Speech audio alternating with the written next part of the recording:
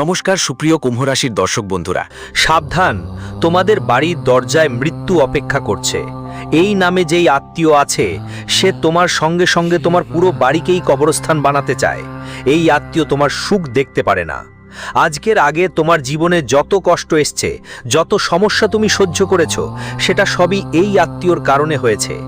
সেটা দারিদ্র্য হোক, অসুস্থতার বেদনা হোক, বাড়ির ঝগড়া হোক বা মানসিক কষ্ট হোক, সব কিছুর পিছনে এই আত্মীয়র হাত আছে। কারণ এই আত্মীয় তোমার এবং তোমার পুরো পরিবারের ওপর নানা ধরনের নতুন বিপজ্জনক তন্ত্রমন্ত্র করিয়েছে, যার প্রভাব বন্ধু তোমার জীবনের ওপর খুবই বিপজ্জনক হচ্ছে। আজকের এই ভিডিওতে আমি ওই আত্মীয়র প্রতিটি কালো কাজের আসল চেহারা উন্মোচন করব। আজ তার নামও বলবো, সাথে আমি বলবো কি ধরনের তন্ত্রমন্ত্র করাচ্ছে সে, কিভাবে এই তন্ত্রমন্ত্র থেকে তুমি বাঁচতে পারবে। সমস্ত তথ্য আমি তোমাকে ভালোভাবে বিস্তারিতভাবে দেব। কারণ বন্ধু, তুমি যা ভাবো তার ঠিক উল্টো হয়ে যায় সব সময়। তুমি ভাবলে এই মাসে টাকা বাঁচাবো আর ভালো টাকা উপার্জন করব, কিন্তু টাকা বাঁচে না আর বেশি টাকা করতেও পারো না। তুমি ভাবলে এই মাসে সবসময় খুশি থাকার চেষ্টা করব, কিন্তু তোমার জীবনে তো আরো বড় দুঃখ এসছে। তোমরা বন্ধুরা এক সমস্যার থেকে বেরোচ্ছ আর সামনে আরেকটা ভয়ানক বিপদ এসে দাঁড়াচ্ছে। শেষমেশ কেন এমন হচ্ছে তোমরাও ভাবতে ভাবতে পাগল হয়ে গেছো। শেষমেশ ঈশ্বরের কাছে কি করেছো? কোন জন্মে পাপ করেছো যে আমাকে এত বড় শাস্তি দিচ্ছ? কিন্তু বন্ধু না, তুমি কোনো পাপ করনি, না তোমার কর্ম খারাপ। তুমি তো সবাইকে ভালো ভাবো, সবাইকে সঙ্গে নিয়ে চলো, কখনো কারো সম্পর্কে দুটো শব্দ ভুল বলো না আর শোনো না। তবুও তুমি এত ভালো আছেন, মানুষদের ভালো করেন, দান পুণ্য করেন, মানুষের সাহায্য করেন। নিজের ঘরবাড়ি হয়তো ডুবে যাচ্ছে, কিন্তু অন্যদের ঘরবাড়ি আনন্দে ভরিয়ে দেন। নিজেরা খিদে পেতে পারি, কিন্তু কখনো কাউকে ক্ষুধার্ত রাখেন না। নিজেরাই কাঁদতে পারেন, কষ্ট সহ্য করতে পারেন, কিন্তু কখনো কাউকে কষ্ট দেন না। আপনি তো খুবই ভালো মানুষ, তবু আপনার আশেপাশের যারা আছে, যারা আত্মীয় স্বজন, তারা আপনাকে সুখী হতে দিতে চায় না। যখনই কিছু ভালো ঘটতে যাচ্ছে তখনই এই আত্মীয়রা ভালো কিছু হওয়া আটকায়। সে আগে থেকেই তোমার ওপর তন্ত্রমন্ত্র করিয়ে দেয় আর সেটা ভালো হওয়া থেকে বাধা দেয়। কিন্তু আজ কোনো চিন্তার বিষয় নেই। আজকের ভিডিওতে আমি শুধু সমস্যা বলবো না, আজকের ভিডিওতে আমি আলোচনা করব কিভাবে তুমি সেই সমস্যার থেকে চিরতরে মুক্তি পেতে পারো। একটা বিশেষ উপায়ও দিব, তাই একটা ছোট আর্জি থাকবে, ভিডিওটা শুরু থেকে শেষ পর্যন্ত দেখো, কারণ এটা 20 থেকে 22 মিনিটের ভিডিও, তোমার জীবনের সবচেয়ে গুরুত্বপূর্ণ ভিডিও হতে চলেছে। আমি জানি বন্ধুরা, তোমার বাড়িতে পরিবারে প্রতিদিন ঝগড়া কালহ হচ্ছে, স্বামী স্ত্রী মধ্যে বোঝাপড়া হচ্ছে না, যদি হয়ও তো পরের মুহূর্তেই আবার কষ্ট ফিরে আসে। বাড়িতে প্রায়ই কেউ না কেউ অসুস্থ হয়ে পড়ে, হাসপাতালে যেতে হয় বারবার, মনের ওপরও প্রচুর চাপ থাকে, টেনশন থাকে, মানুষ ঝগড়া শুরু করে। শেষ পর্যন্ত এই সব থেকে কখন মুক্তি পাবে? তো বন্ধু, আমি বলি আজকের এই ভিডিও তোমার জীবনের সব দুঃখ মুছে ফেলবে, তুমি সব কষ্ট থেকে বেরিয়ে আসবে। কিন্তু আমি শুধু একটাই বলতে চাই, আমার কথা তোমাকে একটু কষ্ট দিতে পারে, আমার কথা তোমাকে একটু ভেতরে ভেতরে চিন্তা করতেই হবে নিশ্চয়। কারণ সত্য সবসময় কর্কশ হয়, আর সত্য যখন সামনে বলা হয় তখন সেটা মানুষকে চমকে দিতে পারে। কিন্তু একটু প্রস্তুত থেকো, কারণ আজ আমি তোমাদের প্রিয়জনদের কর্কশ রাজ্যের কথা বলবো। সাথে সাথে আগামী 7 দিনে শনির সঙ্গে মঙ্গল মিলবে, আর এই দুই গ্রহ যখন একসাথে আসে তখন মন্দ লোকদেরও বড় ধাক্কা খাইয়ে দেয়। অনেক ভালো পরিবর্তন, অনেক বড় আনন্দ আসবে, তবে কিছু কষ্টও আসতে পারে, সেগুলো থেকে বাঁচাও তো বন্ধু। বিস্তারিতভাবে বুঝে নি, কিন্তু আমি শুধু এটুকুই বলবো, সামনে এগিয়ে যাও। তার আগে আজকের ভিডিওটা লাইক করে দাও। অনেক পরিশ্রম করে ভিডিওটা তৈরি করা হয়েছে শুধুমাত্র তোমাদের জীবনে যে যন্ত্রণাগুলো প্রতিদিন সহ্য করো, যেসব তন্ত্রমন্ত্র বা তান্ত্রিক কাজের কারণে সমস্যা হয়, সেখান থেকে বের করে আনার জন্য। তাই ভিডিওটা লাইক করে দাও এবং কমেন্ট বক্সে প্রথমেই সত্যি মন এবং সত্য ভক্তি নিয়ে লিখো, জয় শ্রীকৃষ্ণা, হর হর মহাদেব, জয় শনিদেব। অবশ্যই লিখবে, শনিদেবের অনেক অনুগ্রহ তোমাদের উপর বর্ষিত হবে। আর যদি কোনো সমস্যা থাকে, কোনো কষ্ট থাকে, নিশ্চিন্তে কমেন্ট করো, আমাকে লিখে জানাবেন। দেখুন, যখন আপনি গভীর ঘুমে আছেন, আপনার পুরো পরিবার, ঘরের প্রতিটি সদস্য যখন শান্তিতে ঘুমাচ্ছেন, তখন হঠাৎ কেউ আপনার ঘরের দরজায় এসে কিছু তন্ত্রমন্ত্র করে, কিছু তান্ত্রিক কাজ করে, ঝাড়ফুঁক করে চলে যায়। আর আপনি সকালবেলা উঠলে দেখতে পাবেন আপনার জীবন পুরোপুরি বদলে গেছে, অথচ আপনার কিছুই বুঝতে পারা যায় না। আপনি হয়তো দেখেছেন, যখন ঘরের ঝাড়ু বের করেন, যারা নারীরা বাড়ির ঝাড়ু করেন তারা প্রতিদিন এটা খেয়াল করবেন যে ঝাড়ুর মধ্যে এমন কোনো জিনিস তো নেই যা তন্ত্রমন্ত্রে ব্যবহৃত হয়, যেমন কালো তিল হয়ে গেছে, লোহার পেরেক হয়ে গেছে, লবঙ্গ হয়ে গেছে, কালো মরিচ হয়ে গেছে, কাঁটা লেবু হয়ে গেছে, বা লোহার গোল গোল ঘুরছে, বা কোনো পুতুল হয়ে গেছে। বা বন্ধুদের বাড়িতে যদি কোনো বাচ্চা থাকে, তার খেলনা দেখো। তোমাদের ছোট বাচ্চাদের কাছে যে খেলনা আছে ওগুলো দেখো। তাদের কাছে কোনো নতুন খেলনা এসেছে কিনা তাদের জিজ্ঞেস করো, ওই খেলনা কে দিয়েছে। কারণ সব জিনিস তন্ত্রমন্ত্রে ব্যবহার করা হয়। আর কোনো আত্মীয় মিথ্যা কথা বলে তোমাদের বাড়িতে কোনো তন্ত্রমন্ত্র করা জিনিস রেখে চলে যেতে পারে, আর তারপর তোমাদের বাড়িতে নেগেটিভ শক্তির আখড়া বসে যাবে। তোমার ঘরের সুখ শান্তি বন্ধ হয়ে যাবে, ঘরের লক্ষ্মী চলে যাবে, ঘরে ঝগড়া শুরু হবে, অসুস্থতা আসতে শুরু করবে। তো বন্ধুরা, মূল কারণ কি? তোমার ঘরই। তাই তোমাকে তোমার ঘর ভালোভাবে রক্ষা করতে হবে, ঘর পরিষ্কার পরিচ্ছন্ন রাখতে হবে। যদি মনে হয় হ্যাঁ এমন কিছু আছে, তাহলে প্রতিদিন ঘর দেখতে হবে। ঘরের প্রধান দরজায় প্রতিদিন গঙ্গাজল ছিটিয়ে দাও, ঘরের ভেতরও প্রতিদিন গঙ্গাজল ছিটাতে হবে, সঙ্গে ঘরে কর্পূরের ধোঁয়া নিতে হবে। দেখো, তোমার যে ঘরের পুজো ঘর, হ্যাঁ, যেখানে ভগবানের স্থান আছে, সেই পুজো ঘর ওই সব সমস্যাগুলো আপনার বাড়ি থেকে দূর করে দিতে পারে। আপনাকে আপনার পূজা ঘরে কিছু নিয়ম কানুন মেনে চলতে হবে। আপনার বাড়ির পূজা ঘরে সবচেয়ে বেশি যত্নের বিষয়টা হলো, আমি আপনাকে একটা উপায় বলছি। যখনই আপনি পুজো করবেন, তখন আপনাকে একটা পিতলের দীপক নিতে হবে। হ্যাঁ, একদম পিতলের দীপক নিতে হবে। ওই পিতলের দীপকে 5টা রুইয়ের বত্তি লাগাতে হবে, মানে 5টায় 5টা বত্তি লাগাতে হবে। 5টা বত্তি আলাদা আলাদা দেবতার জন্য হবে। প্রথমটা আপনার বাড়ির কুলদেবী দেবতার জন্য, দ্বিতীয়টা বাজরং বলের জন্য, তৃতীয়টা মহাদেব বা কালো কাল অর্থাৎ শিবের জন্য। মহাকালীর নামে, চতুর্থ মহাকালিকার নামে, হ্যাঁ, কালিকা মাতার নামে, এবং আটকে গেছে। বন্ধুরা, তোমার ধন সম্পদের রাস্তাও বন্ধ হয়ে গেছে।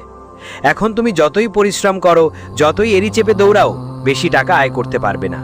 বন্ধুরা, তোমার উপর ঋণ বাড়ছে। আমি এটা জানি কেন হচ্ছে। শুধুমাত্র এই শত্রুর তন্ত্রমন্ত্রের কারণে, এর ষড়যন্ত্রের জন্যই এমন হচ্ছে। কালো জাদু আপনার উপর করানো হয়েছে, যার কারণে আপনি ঋণের জালে আটকে পড়েছেন। আপনার আয়ও কমে গেছে। আপনার পরিবারের মানুষগুলো, বন্ধুজন খুব বেশি অসুখ হতে শুরু করেছে। বাড়ির ছোট ছোট বাচ্চাদেরও এই শত্রু বাঁচতে দেয়নি। বন্ধু, আপনার বাড়ির বাচ্চাদের ওপরও এটা তন্ত্রমন্ত্র কুড়িয়েছে। বন্ধু, এখন আপনি ভাবছেন আমি কি করব, এই শত্রুর নাম কি, এটা থেকে কিভাবে মুক্তি পাবে।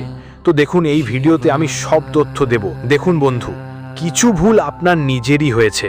হ্যাঁ বন্ধু, ভুল আপনার কারণেই হয়েছে, যার জন্য এই শত্রু এখন অনেক শক্তিশালী হয়ে গেছে। এই শত্রুকে আপনি নিজেই খোলা ছাড় দিয়েছেন, যার কারণে বন্ধুরা এই শত্রু আপনার ঘরের দরজায় এসে পৌঁছেছে।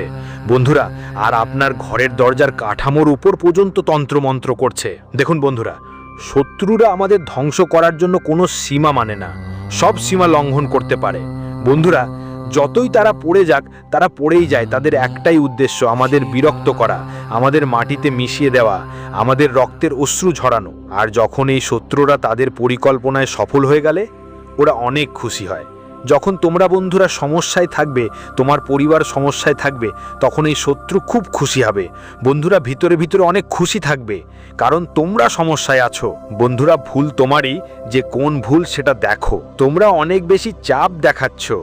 দেখো বন্ধুরা, চাপ দেখানো উচিত, কিন্তু এতটাও বেশি দেখানো উচিত না।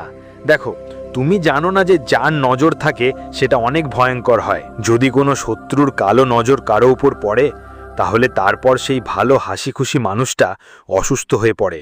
কখনো কখনো মানুষ এতটাই অসুস্থ হয়ে যায় যে মারা যায়। যদি কোনো শত্রুর কালো নজর পড়ে কোনো ভালো হাসি খুশি পরিবারের ওপর, তাহলে তার পরিবার ধ্বংস হয়ে যায়। একের পর এক ওই পরিবারের মানুষ মারা যায়। বন্ধুরা, মানুষের নজর খুবই শক্তিশালী। কিছু কিছু মানুষের এত কালো নজর থাকে যে তারা 7 পা পর্যন্ত মুছে দিতে পারে। তো বন্ধুরা, আজকাল একটা রেওয়াজ চলছে। হ্যাঁ বন্ধুরা, একটা রেওয়াজ চলছে যে যদি কোথাও হোটেলে গিয়ে খাবার খাও, তাহলে খাবার খাওয়ার আগে ওই খাবারের কিছু খাওয়ার ছবি তুলবে আর স্ট্যাটাসে দেবি, সবাইকে দেখাবে। আপনাদের আত্মীয় স্বজনকে, বন্ধুদের, প্রতিবেশীদের ফোনে দেখাবি যে হ্যাঁ, আজ আমি এই হোটেলে গিয়েছিলাম আর এই খাবারটা খাচ্ছি। দেখো বন্ধুরা, তুমি হোটেলে গিয়েছে সেটা ভালো কথা, খাওয়াও ভালো কথা, কিন্তু ছবি তুলে ইনস্টাগ্রাম আর হোয়াটসঅ্যাপে দিয়েছো, এতে কি লাভ? যদি কোনো খারাপ চোখওয়ালা তোমার স্ট্যাটাস দেখে আর সেই খাবারের ছবি আর তোমার ছবিটা দেখে, তাহলে তার কুনজর সেই খাবারের ওপরও পড়বে, তোমার ওপরও পড়বে বন্ধুরা। আর চোখ এতটাই খারাপ হবে যে আপনি যা খাবার খেয়েছেন তা পর্যন্ত বাঁচবে না, এটা বিষের মতো কাজ করবে। যখন আপনি বাসায় ফিরবেন তখন আপনি অসুস্থ হয়ে পড়বেন এবং চোখ এতটাই খারাপ হয়ে যাবে যে এরপর কখনোই আপনি হোটেলে যাওয়ার মতো অবস্থায় থাকবেন না, আপনাকে রোগ লাগতে পারে বন্ধুরা। তাই কখনো কারো কাছে আপনার সুখের ছবি দেখাবেন না। বন্ধুদের এই কথা সবসময় মনে রাখবেন।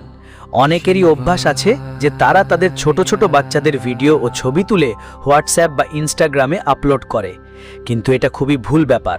দেখুন, বুঝতে হবে, বড়রাও বলে ছোট ছোট বাচ্চাদের খুব সহজেই নজর লাগে, তবুও আজকাল বন্ধুরা ছোট ছোট বাচ্চাদের ছবি, video, photo Instagram, WhatsApp, social মিডিয়ায় সব জায়গায় বাবা মা পোস্ট করে চলেছে। আর এতে অনেক বড় ক্ষতি হতে পারে। হয়তো আজ তোমাদের বাচ্চা সুস্থ আছে, কিন্তু আগামী কয়েক বছর ওই বাচ্চার আচরণ অনেক খারাপ হতে পারে।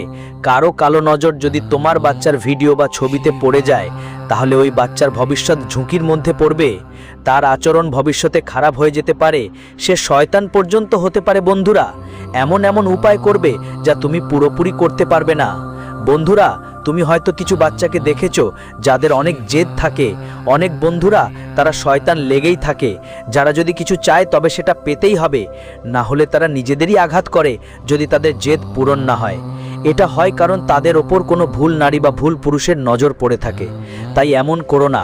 আর তোমার যে শত্রু আছে বন্ধুরা, যে তোমার লুকানো শত্রু, সে এই সুযোগটাই কাজে লাগায়। তুমি খোলাখুলি তোমার ছবিগুলো এখানে সেখানে ছুঁড়ে ফেলে রাখে। আর এই লোকেরা বন্ধু, এই শত্রুরা তোমার ছবি, তোমার বাচ্চাদের ছবি নিয়ে তন্ত্রমন্ত্র করিয়ে দেয়, যার ফলে তোমার সুখও বন্ধ হয়ে যায়। তাই তোমার সুখগুলো বন্ধুদের থেকে লুকিয়ে রাখো। তুমি কি ভাবো আমি কোথাও ঘুরতে যাচ্ছি, তাই আগে থেকেই সেটা বড় জোর করে সবাইকে বলবো? এতে কি হবে? ভাল লাগবে বন্ধু? ভালো লাগবে না। মানুষ চায় না তুমি জীবনে সুখী থাকো। দেখো, কেউ চায় না। ধরো তুমি কারুর ছবি দেখলে, ভালো লাগবে, আনন্দিত হবে, কোথাও ঘুরে বেড়াচ্ছে, তো আপনার মাথায় কি আসবে আমাকে বলুন তো? একটু নিজে ভাবুন তো।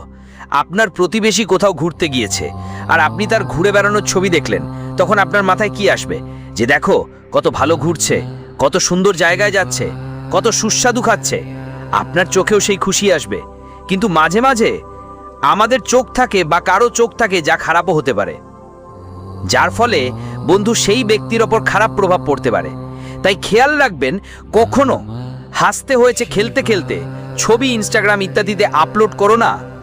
লোকেদের দেখিও না বন্ধুদের। এখন পরের কথা ঠিক মতো মনোযোগ দিয়ে শুনো। এই শত্রুটা, এটা তোমার ওপর অনেক তন্ত্রমন্ত্র করিয়েছে। বন্ধুদের, এই শত্রুটা আমি আগে ভিডিওতেও বলেছি, কেউ আর নয়, এই শত্রুটা তোমার নিজেরই। বন্ধুদের, এই শত্রুটা তোমাকে সবচেয়ে বেশি প্রিয়। হ্যাঁ বন্ধুদের, এই শত্রুটা একেবারে ছলনা করে তোমার বাড়িতে আসে, তোমার বাড়িতে তন্ত্রমন্ত্র টোনা টোটকা করে চলে যায়, আর তোমার কিছুই খবর হয় না। কারণ তুমি বন্ধু কাউকে যদি বিশ্বাস করতে হয়, চোখ বন্ধ করেই করতে হয়। আপনি যদি কাউকে বিশ্বাস করেন, কেউ যদি সম্পর্ক বজায় রাখেন, তাহলে চোখ বন্ধ করেই করতে হয়।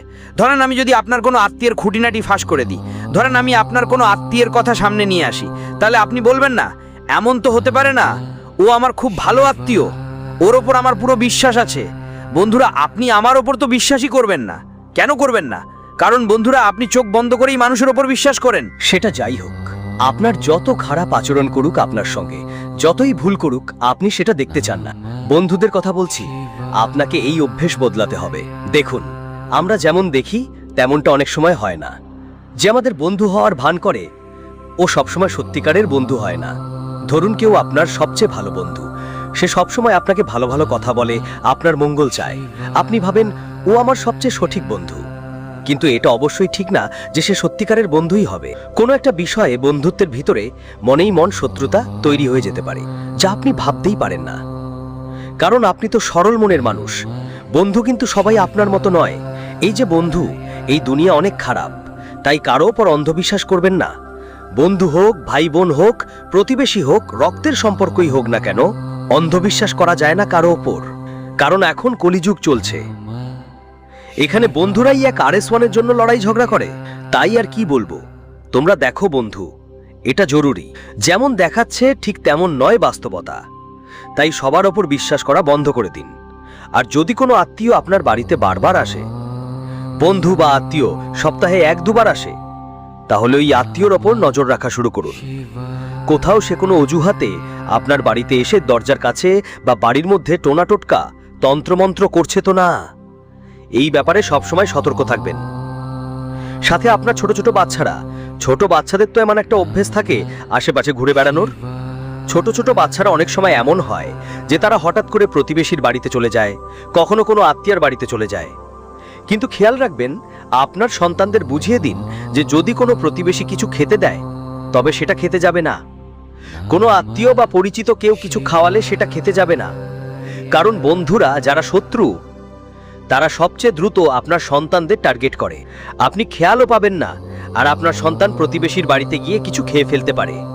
এমনকি কোনো তন্ত্রমন্ত্র করা জিনিসও আপনার সন্তানকে খাওয়ানো হতে পারে। বন্ধুরা, যার ফলে আপনার সন্তান তন্ত্রমন্ত্রের ভিতর পিষে যেতে পারে।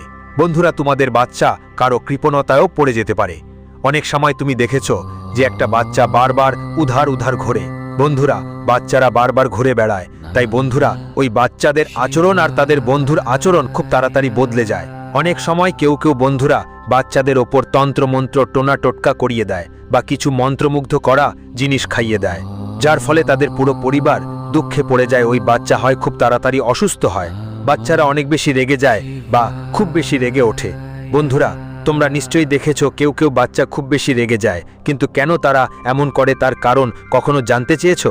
না, মোটেও না বন্ধুদের। তাই যখন নিজের বাচ্চাকে কোনো প্রতিবেশীর বাড়িতে পাঠাও, তখন ভালো করে বুঝিয়ে দাও যে কোনো প্রতিবেশী বা আত্মীয় যদি কিছু খাওয়ার জন্য দেয় তাহলে সেটা খেতে যাবে না। এই ব্যাপারটা ভালোভাবে মাথায় রেখো। আর একটা কথা, তোমার প্রতিবেশী, তোমার আত্মীয়, তারা তোমাকে কিছু খাবার জিনিস দেয়। ধরো তোমার প্রতিবেশী তোমার বাড়িতে এসে বলে, আমি এটা মিষ্টি বানিয়েছি। তাহলে বন্ধুরা, যদি তোমাদের বিশ্বাস থাকে তাহলে খেতে পারো, কিন্তু অন্ধবিশ্বাস করো না। দেখো, প্রতিবারই বন্ধুরা তোমার প্রতিবেশী যদি তোমাকে কিছু খাবার জন্য দেয় তাহলে